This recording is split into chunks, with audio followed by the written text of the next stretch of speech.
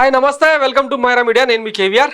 ఆంధ్రప్రదేశ్ లో రాజకీయాల్లో ఒక విచిత్రమైన పరిస్థితి నెలకొంది. గెలుపుకు దూరం అవుతున్నాం, ఓటమికి దగ్గర అవుతున్నాం అన్న కుట్రలో భాగంగా అంటే ఒక కంక్లూజన్ వచ్చిన నేపథ్యంలో ప్రతిపక్షాలు చేస్తున్న దుష్ప్రచారం, ఆంధ్రప్రదేశ్ ప్రజల మెదళ్లలో విషం నింపే ప్రచారం జరుగుతోంది. అది మరేందో కాదు, ల్యాండ్ టైటిలింగ్ యాక్ట్. వాస్తవానికి దీనికి సంబంధించి ఇప్పటికే చాలామంది న్యాయ నిపుణులు క్లారిటీ ఇస్తున్నా కూడా, అంటే ల్యాండ్ టైటిలింగ్ యాక్ట్ను ఆంధ్రప్రదేశ్లో ఇంకా అమలు చేయలేదు, అది ఇంకా సంస్కరణల దశలోనే ఉంది, దాన్ని ప్రతిపాదించింది బీజేపీ ప్రభుత్వం అని చెప్తున్నా కూడా విశృంఖలంగా ఈ పచ్చపత్రికలు వార్తలు రాస్తూ వస్తున్నాయి. ఒకసారి ఇక్కడ చూడండి, సీఎం జగన్ ఫోటోలు ఎందుకు, మా పట్టాదారు పాస్ పుస్తకాలపై సీఎం జగన్ ఫోటోలు ఎందుకు అని చెప్పి కడప ఎన్నికల ప్రచారంలో, పులివెందుల ఎన్నికల ప్రచారంలో వైఎస్ జగన్మోహన్ రెడ్డి భార్య భారతిరెడ్డిని ప్రశ్నిస్తున్నారని చెప్పి ఒక కథనం అనమాట. వాస్తవానికి ఆయన అడిగింది వేరు, ఇక్కడ వీళ్ళు రాసుకునేది వేరు. ఈ భూ చట్టం మీద అంతులేని విషయాన్ని నింపేలాగా రాసుకుంటా వస్తూ ఉన్నారు. న్యాయానికి జగన్ సంఖ్యలు, సివిల్ కోర్టుల ప్రమేయాన్ని నిషేధించిన టైటిల్ చట్టం. కొత్త చట్టంలో రైతులకు న్యాయం పొందే హక్కు నిరాకరణ, భూ సమస్య వస్తే ఇక అధికారుల దయపైన ఆధారం, అధికారి నిర్ణయం నచ్చకపోతే ల్యాండ్ అప్పీలేట్కు అప్పీళ్ల కోసం ఏళ్ల తరబడి అధికారుల చుట్టూ తిరగాల్సిందే, చివరి పరిష్కారంగానే హైకోర్టుకు వెళ్ళే అవకాశం, టైటిల్ అధికారులకు సూపర్ పవర్. ఇగో ఇట్లా రాసుకుంటూ వస్తున్నారు. వీళ్ళని ఏమనాలి, ఏ చెప్పుతో కొట్టాలి? ల్యాండ్ టైటిల్ రాష్ట్ర ప్రభుత్వం నిర్ణయం కాదు, ఈ చట్టాన్ని మేము అమలు చేయడం లేదు అంటూ ధర్మాన నిన్న ఒక వివరణ కూడా ఇచ్చిండు. టైటిల్ చట్టంలో అధికారులే సుప్రీం, అంతా జగనేచ్ఛ, ప్రభుత్వ పెద్దల మనుషులే అధికారులు. ఈ దేశంలో వ్యవస్థలు అనేవి లేవా? చట్టసభలు అనేవి లేవా? అవి లేకుండా జగన్ ఏకపక్షంగా తన ఇష్టానుసారం పాలన సాగించుకుంటూ పోతున్నారా? ఒకసారి ఆలోచించండి. వీళ్ళు రాసే బురద రాతలతోనా, నీచ నికృష్ట రాతలతోనా అల్టిమేట్గా జరిగేదేంది? పోనీ ఇంత పేజీలకు పేజీలు వార్తలు రాస్తున్నారు కదా, రేపు ఫర్ ఎగ్జాంపుల్ కూటమి నేతలే అధికారంలోకి వచ్చారనుకోండి, అది ఇంతకుముందే చెప్పిన కదా, బీజేపీ దేశవ్యాప్తంగా ఇంప్లిమెంట్ చేయమని చెప్పిన చట్టం అన్ని రాష్ట్రాలకు కామన్గా ఒక సూచన, సిఫార్సు చేసింది. ఈ ల్యాండ్ టైటిలింగ్ యాక్ట్ను అమలు చేయాలి, భూ రికార్డులను డిజిటలైజ్ చేసే ప్రక్రియలో భాగంగా ఇది కీలకం అని చెప్పి ఒక సిఫార్సు చేసింది. చేయడం చేయకపోవడం అనేది అది రాష్ట్రాల పరిధి, వాళ్ళ ఇష్టం అని కూడా ఒక మినహాయింపు కూడా ఇచ్చింది.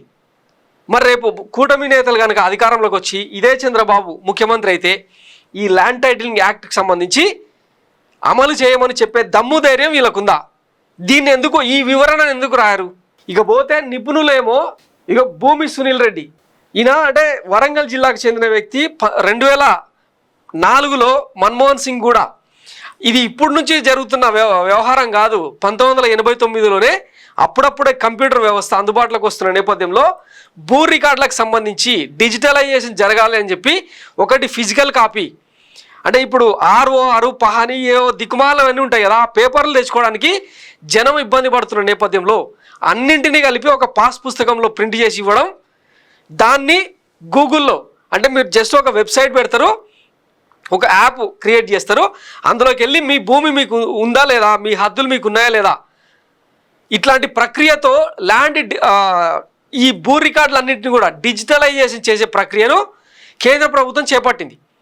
అందులో 2004లో మన్మోహన్ సింగ్ సర్కార్ వచ్చినప్పుడు ఈయన ఆ వ్యవస్థలో కీలకంగా పనిచేసిన వ్యక్తి.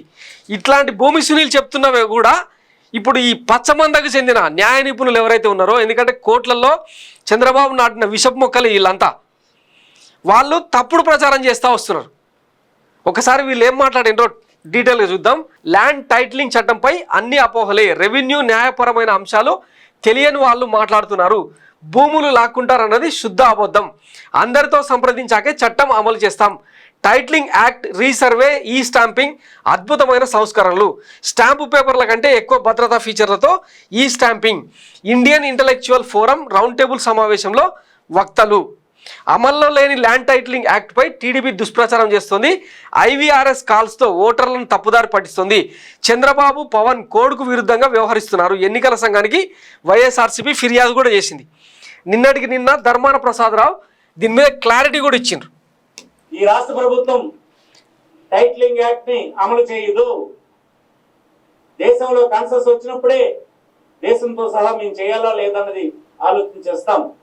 ఏ సీనియర్ అడ్వకేట్ నేను అడగమనండి, చట్టం మేము తెచ్చిందా, బీజేపీ ప్రభుత్వం సజెస్ట్ చేసిందా?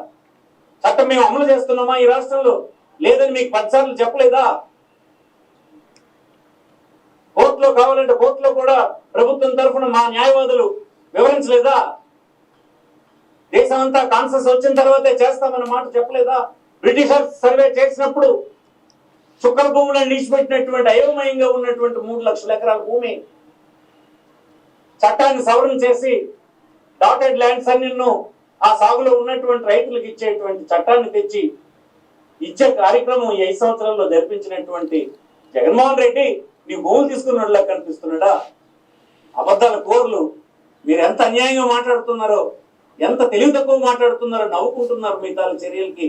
అంటే ఏమి చేయడానికి లేక, ఏమి విమర్శించడానికి లేక ఇంత అబద్ధపు ప్రచారాలతో ఎన్నికలను గడిపేద్దాం అనుకుంటారా?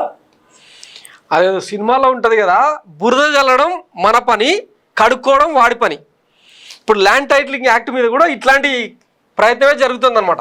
ఈ చేతిలో పేపర్లను పెట్టుకొని, యూట్యూబ్ ఛానళ్ళను పెట్టుకొని ఇష్టానుసారంగా బురద జల్లే కార్యక్రమం చేస్తుంటే వీళ్ళని ఏమనాలి? అది కరెక్ట్గా ఎన్నికల టైంలో వీళ్ళ మీద ఎన్నికల సంఘం కనుక కరెక్ట్గా చర్యలు తీసుకుంటే అందరూ బొక్కలోకి పోతారు. బీజేపీతో పొత్తు పెట్టుకున్నది ఇట్లాంటి విష ప్రచారం చేయడానికి. ఏ చెప్పుతో కొట్టాలి? సిగ్గనేది ఉందా అసలు వీళ్ళకు? నల్ల చట్టంగా ప్రచారం చేయడం దురదృష్టకరం. భూ చట్టాల నిపుణుడు సునీల్ కుమార్, భూ చట్టాల నిపుణులు NALSAR university associate professor Sunil Kumar మాట్లాడుతూ ల్యాండ్ టైటిలింగ్ చట్టాన్ని నల్ల చట్టంగా ప్రచారం చేయడం దురదృష్టకరం అన్నారు. ఈ చట్టం ద్వారా భూములు లాగేసుకుంటారని, కోర్టులకు అధికారాలు ఉండవని, అన్ని అధికారాలు తీసుకెళ్లి టైటిల్ రిజిస్టర్ అధికారికి ఇస్తున్నారని, ఆయన ఎవరికి కావాలంటే వారికి భూములు రాసేస్తారని ప్రచారాలు పూర్తిగా తప్పని స్పష్టం చేశారు. ఈ చట్టం అమలు జరగకపోతే రాష్ట్రం మళ్ళీ 50 ఏళ్ళు వెనక్కిపోతుందన్నారు. ఉన్న భూములకు ప్రభుత్వమే గ్యారెంటీ ఇచ్చి వారి హక్కులను కాపాడుతుంది తప్ప భూములను లాక్కునే ప్రశ్నే ఉత్పన్నం కాదన్నారు. ఉన్న రికార్డుల ఆధారంగా ప్రభుత్వం ఒక రిజిస్టర్ తయారు చేస్తుందని, దాన్ని ప్రజలందరికీ అందుబాటులో పెడతామన్నారు. దానిపై అభ్యంతరాలు వ్యక్తం చేసే అవకాశం ఉంటుందని చెప్పారు. రీసర్వే ద్వారా తయారయ్యే రికార్డును టైటిల్ రిజిస్టరింగ్ చట్టం కింద ప్రకటిస్తారనేది అది ఆన్లైన్లో అందరికీ అందుబాటులో ఉంటుందని వివరించారు. కోర్టుకు వెళ్ళే అవకాశం ఉండదనేది తప్పని, ప్రస్తుతం కోర్టులో నడుస్తున్న కేసులు అలాగే నడుస్తున్నాయన్నారు. అలాగే భూములు అమ్మాలన్నా, దానం చేయాలన్నా టైటిల్ రిజిస్టార్ అనుమతి కావాలనేది అపోహేనని తేల్చి చెప్పారు. కొత్త చట్టం తహసీల్దార్కు, సబ్ రిజిస్టార్కు ఉన్న అధికారాలను ఒక చోటకు చేరుస్తుందన్నారు.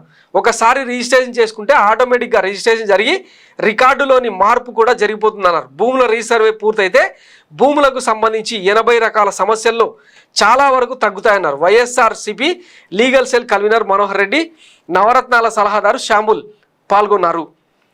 ఇకపోతే ఈ చట్టం పూర్తిగా కనుక మనం అర్థం చేసుకుంటే 1998 నుంచే 1983 నుంచే భూ రికార్డుల వ్యవస్థ భ్రష్టు పట్టడం మొదలైందన్న. ప్రతి సంవత్సరం జమాబందీ, అజమాయిషీ సర్వేలు చేస్తూ ఖచ్చితమైన రికార్డుల వ్యవస్థగా ఉన్న కరణం వ్యవస్థను ప్రత్యామ్నాయం లేకుండా ఒక్కసారిగా రద్దు చేశారు.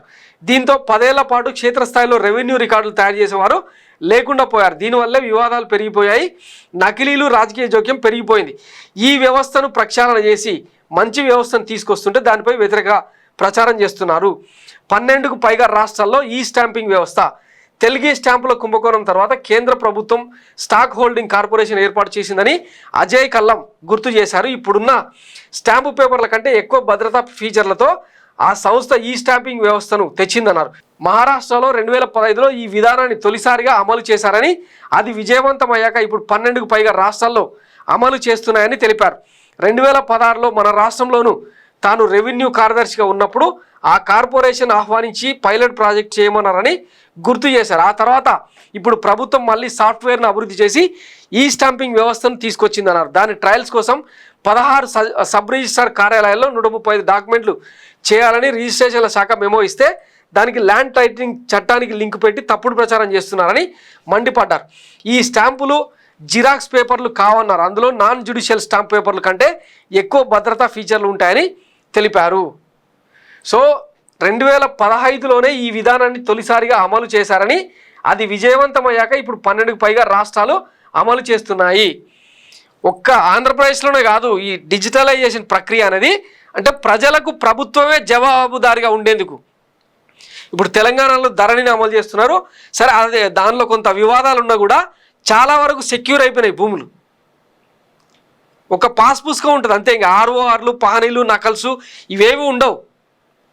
పాస్బుక్ ఒక శాశ్వత చిరునామాతో ఒక నంబర్ ఇస్తారు. కర్ణాటకలో విజయవంతంగా అమలు చేసింది అక్కడి ప్రభుత్వం. ఇప్పుడు భూ సురక్ష పేరుతో కేవలం వైఎస్ జగన్మోహన్ రెడ్డి సర్కార్ సర్వే చేయడం మాత్రమే స్టార్ట్ చేసింది.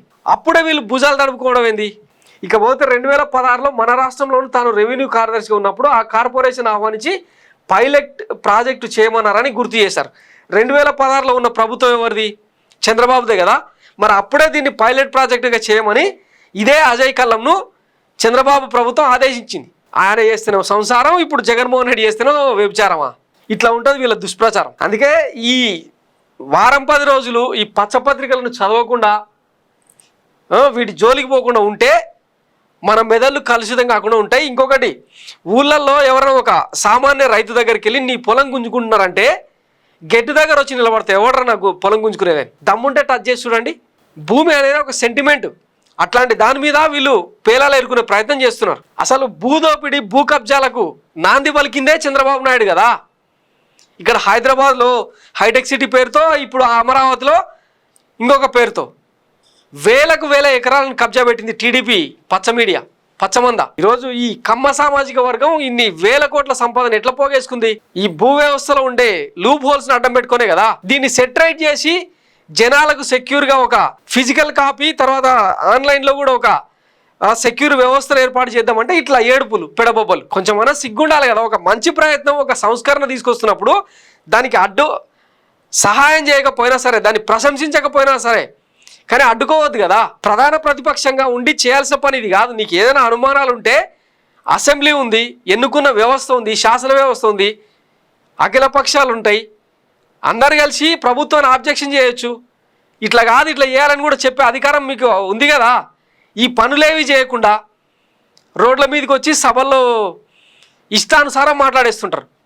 వీళ్ళు ప్రతిపక్ష నాయకులు, వీళ్ళకు రాష్ట్ర ప్రజల మీద, రాష్ట్ర రైతాంగం మీద ప్రేమ ఉంటుంది. ఇట్లాంటి దిక్కుమాలను ఏ చెప్పుతో కొట్టినా కూడా ఇబ్బంది లేదు. దయచేసి రేపు మీ ఓటు రూపంలో వీళ్ళకు శాశ్వతంగా సమాధి కడితే తప్ప ఈ తప్పుడు ప్రచారాలకు ఇక కాలం చెల్లదు. దయచేసి అర్థం చేసుకోండి. ఇది Myra media exclusive story. Thanks for watching Myra media. నేను మీ కేవీఆర్. Thank you.